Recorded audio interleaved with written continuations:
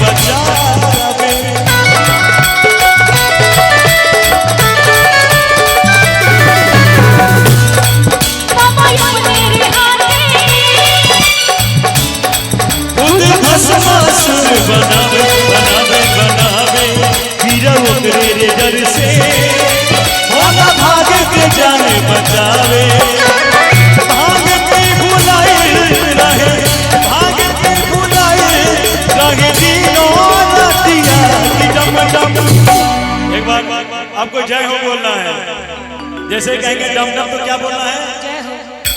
सबको बोलना है, क्या बोलना? जय हो। अरे कि डम डम डमरू कैसे बजाते हैं बाबा भोलेनाथ? जय हो। डमरू कैसे बजाते हैं? हाँ वैसे सबको हाथ हिलाना और जय हो बोलना है। आइए। अरे कि डम डम जय हो। जय हो बोलना है। अरे कि डम डम जय हो। डम डम जय हो। कि डम डम डमरू बजावे ले हमारी जोगिया। डमरू बजावे ले हमारी जोगिया जोगिया जोगिया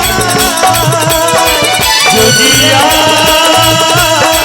जोगिया कि डम डम डमरू बजावे ले हमारी कि डम डम डमरू बजावे ले हमारी जोगिया।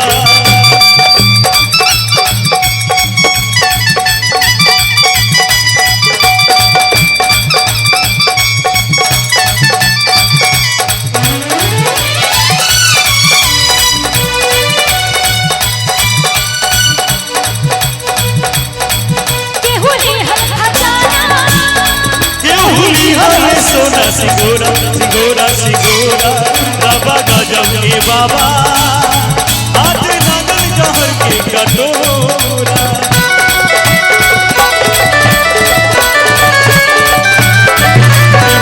हल खजाना होली सोना सिगोरा सिगोरा सिगोरा बाबा गजब के बाबा हाथ नागल जहर के कटोरा।